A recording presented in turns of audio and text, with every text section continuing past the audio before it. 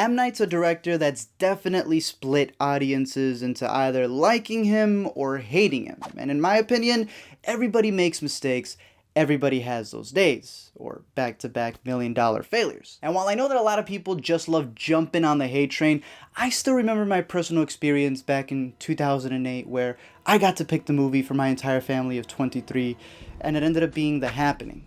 Since then, I go to the movies alone. But now the man's got Split, and I'm going to break down everything you need to know. So of course, that means a huge spoiler warning in case you want to see it, or maybe you do want the whole thing spoiled for you. I don't know. So 3 things. 1, what was really going on with all of those personalities, and which ones survived in Kevin? 2, where does Casey go from here? And 3, what you doing here, Willis? Now there's 2 movies that I thought about when I was watching Split. One of them I don't want to spoil in case people haven't seen it, but it came out in 2003. It's also a thriller, and it may help you understand what's going on in this movie since it parallels it. The other is 10 Cloverfield Lane, because 1, the title sequence, very much like it with the font and the way it connects the words. You also realize that the plot involves a girl being captive underground by an actor who gives a really great performance, but the movie's released way too early for him to get any awards recognition. And then of course the ending, when you realize that this is actually part of something bigger, and it ends up being a sequel to what is now a franchise you didn't know was a franchise. In other words, M. Night made a movie way back in 2000 called Unbreakable. In it, Bruce Willis plays a security guard who gains superpowers after he survives a train crash. His only weakness is water, because M. Night likes that being a thing in his movies. What's interesting though is that M. Night said he had a longer script for Unbreakable, and what we ended up seeing in that movie was just the first act, so he still has more that he wanted to show. In other words, Split is literally split from the Unbreakable script. James's character I wrote a long time ago, and I had it in my notebook of ideas, and I have a notebook of all different ideas I get, and then they either grow into something or they just sit there, and this one really started speaking to me. I always wanted to make this. I actually almost gave it away as kind of like a producing thing. I was going to have somebody else do it, and then when it was just about to happen, I was like, no, that one's mine. I don't want to give that one away. And so Bruce Willis appearing at the end of this movie makes sense because it's not only a part of that universe, it's literally a part of the original Unbreakable script. But more so, it's also an origin story, not just of a villain, but a new hero as well. Before we get into those 2 though, let's clear a few things. 1, I know is going to be divisive, as are all of M. Night's films, because I know that some people are going to see it just as an Easter egg and a cameo, which it is, but Easter eggs and cameos don't really reflect on the story. They don't change anything. M. Night is calling this a twist because it changes everything in the story. And I think that's a good thing. Some people see it as it being forced, but in reality, you're watching a movie after seeing The Visit and thinking, hey, this might take place in the real world, and it might be scientific, and then it's not. However, the fact that it takes place in a superhero universe kind of helps it out, and it allows it to make sense. For example, imagine that you're watching Rogue One, and then out of nowhere a random musical number happens. You're gonna be like, the heck is this? But if a random musical number happened in La La Land, you wouldn't say that because it fits in the universe. So the events that happen in Split make sense because it's in a superhero universe. And again, not forced because it comes from his original script. Does that mean that you have to like the ending? Absolutely not, but that shouldn't take away from the fact that McAvoy still gives a great performance, and you still have this entire story that happens before those last 30 seconds. And if you haven't seen Unbreakable, well, it's not that difficult, just go watch Unbreakable. But let's get into the other 2 characters. In my opinion, the movie is practically the origin story of the villain known as the Beast, his true name being Kevin Wendell Crumb. As a child, he was horrendously abused, which caused him to create these 23 different personalities that actually serve a purpose depending on what scenario he's in. One is a crazy nun named Patricia who seeks control, perhaps revealing to us that he was raised in some sort of orphanage, and that's why he picked up this specific persona.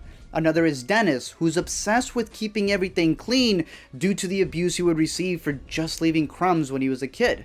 At age 9 is when I believe these personalities probably sprung up, and so Hedwig becomes his innocent side, the childlike persona that's always afraid of getting in trouble. Barry is the gay fashionista persona who tries to keep all of the identities in order. Orwell is the scholar in him, Jade the teenager, and there's a bunch of other personalities that I'm sure M. Night will reveal in the 3-hour cut that he claims he has, so we'll get that DC extended with all 23 personalities in the future. But this is how his personalities break down. Pretty much, Kevin has all these different identities fighting each other to take over. Hedwig describes it as a room where there's a chair in the middle and they're all around it, and they take turns sitting in that chair. And whenever they're sitting in the chair, they're controlling Kevin and they get the spotlight. Hedwig, however, has the ability to just randomly take over the chair whenever he wants to, and he uses that special gift, and then eventually somebody else finds out about that special gift, and that's where you get a split between the personalities. Patricia, the crazy nun, and Dennis, the obsessive guy who likes to watch girls dance, decide to use his gift to help take over Kevin. All of the other 20 personalities, you could kind of say that they're innocent in all of this. But why do they want to take over Kevin? Well, supposedly there is a 24th personality called the Beast. Since Kevin has these special powers that came as a result of his trauma, he starts to notice that his body changes with each personality as well. Hedwig isn't as strong as Dennis, Jade needs insulin while Hedwig is straight up eating cookies and junk food, and his body just changes depending on who's in control.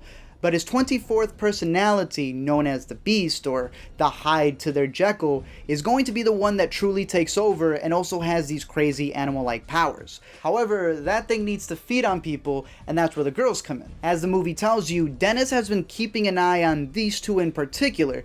Casey was never supposed to be a part of it, but she didn't have a ride home, and thus she ended up in the car and in the basement. But the reason that he chooses those two in particular is because he notices a pattern. He notices that they haven't been abused like he was. He notices that they have lived a safe life. They've always been protected. They never have gone through anything, and he resents that. He sees them as unpure and the people who have been abused as pure because they've gone through something. So he has this vendetta against these girls, and that's why he targets them. And that's why he's the villain, but an interesting villain. One of them is particularly seen as being a bad guy, but it turned out that his prime mover was celebration and joy and validation and care, and that he ended up being the happiest character I played. He was the most fulfilled and most joyous character I played, and yet he's the guy that everybody's going to say is the bad guy, you know? However, just like Mr. Glass in Unbreakable predicts, whenever there's a villain, there must be a superhero as well. Just like David Dunn is created by the actions of Mr. Glass, so is Casey by the actions of the Beast. She herself was abused and kind of still was by this point. It leaves us with a bit of a cliffhanger because we don't really know what happens with her character. Is she going to go back and beat up her uncle, or is she going to go after the Beast? But you do know that there's still a third act that Shyamalan hasn't made into a movie yet, and I believe he is, and it's going to become this trilogy. So that's the story of Split, an origin story of a superhero and a supervillain, but also a sequel to another movie, but done in a very interesting way so you can focus on the origin of these characters. Again, it's part of a bigger story, and I'm really hoping that he finishes it off, and I'm pretty sure he is, but for those who don't like it and feel that I'm defending it a bit too much, know that I'm not saying it's his best movie, and I don't think it's going to be one of the best of the year. For example, there's even a scene where he tries to break the fourth wall. He comes in to cameo as this guy named Jai, a security guard with like Hooters wings and stuff.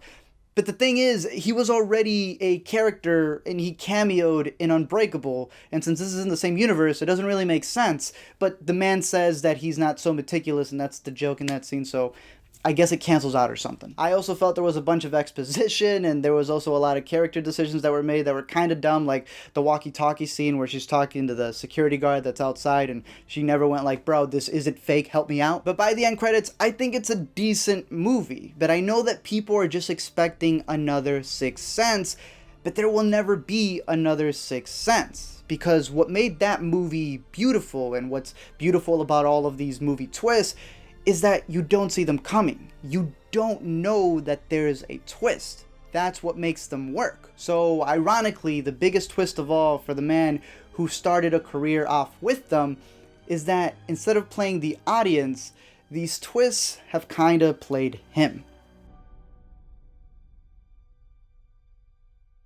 Thank you guys for checking out this video. As always, I'm curious to know your thoughts. We can discuss it down below in the comments section. What's your favorite M. Night film? Do you hate all of them? Did you like this one? What theories you have about it? We can discuss it down below in the comments section. But also definitely check me out on all of the social media stuff that you see somewhere downstairs. I'll be going to Sundance and I'll be putting a lot of stuff for the movies that I see over there. So definitely follow me on those things. But as for that, I have a bunch of other videos you can check out, and we can discuss movies or anything else down below in the comments section. And until next time, keep keep watching movies, and I'll see you guys later.